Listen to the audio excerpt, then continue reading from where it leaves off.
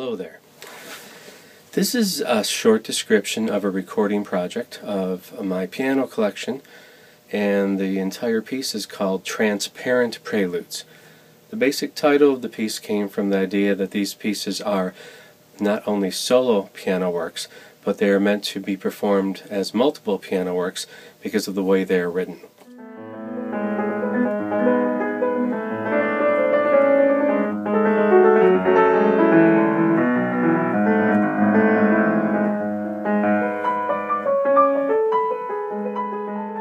The number 10 prelude, Evil Twin, is written as an entire work, which is also layered with an entirely different work, but relating to everything on a note-by-note contrapuntal basis. So that's one version of the layering, is one piece and then another piece layered above it. When Ivan performs the layered version of number 5 today, he will stop at bar 49, and then the second layer will begin at bar 50, and the recording process will allow him to play to himself, where Ivan will cut the piece in half and stack it on top of each other. And that is the second kind of layering, where a solo work is written to be coordinated, where at its halfway point it is folded over and becomes a different piece of music as it is stacked up with 2 layers.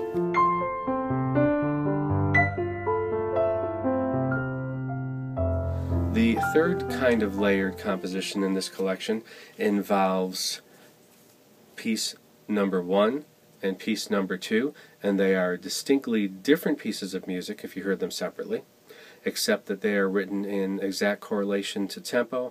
In this kind of layering, piece number 1 and piece number 2 would be written in different range areas, so that the sonority of the piano would be very full and orchestral when you hear them back to back.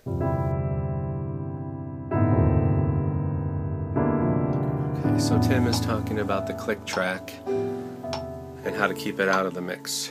So what we do is we start with a mono track where the click is started, and then we route that out to a stereo track where we knock one side out of phase. So this way, if the microphone were to pick it up out there off of the headphones, it's knocked out of phase and cancelated, so it doesn't even get to the other recordings.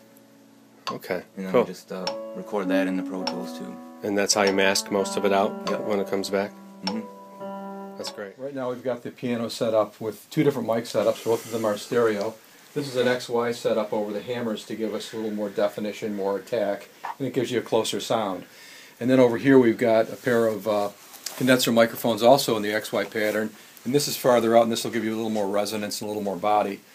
We can move the microphones out a little bit more if we want to get more of a roomy sound.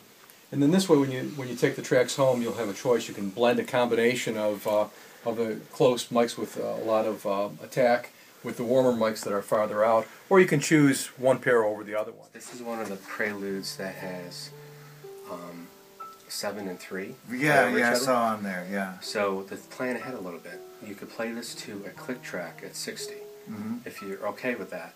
But solo-wise, it'd be nice for you to have the freedom of rubato. I think just playing it exactly how you want to play it.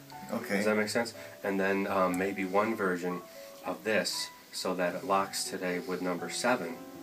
You might I was going to ask you about that. Well, I have a click track for you at 60. Right, I think you mentioned that before, yeah. Yeah, if you want to try number 7 at 60, quarter note equals 60, and then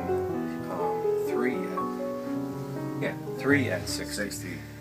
They're both through. I have a click track for 32 bars, and then if you play 7 first, you'll hear that back in your headphones, and then you'll be able to play 3 under it to the same click track. Okay, yeah. That might make it easier. I think it might make it easier because the silent measures a long sustain. You're going to hear the count. Yeah. So, and then Bill Colvin can take out the click to make sure it's phased out, so nothing gets into the actual microphone. Okay. So, do you think is that like a good is it a good fix to say maybe play the solo version alone? I'd like you to play it free. Does that feel right for a performer? Yeah. All right, and then maybe do another performance of that one with a click.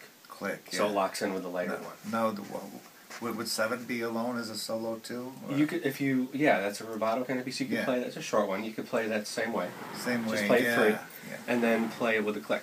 that way we have like solo version, well, And you'll play over. Does that make sense? Yeah. So I think this is a good one to start with because this is the first layered prelude. Okay. Okay. Okay. Cool. Hope I can do it. Yeah. We can.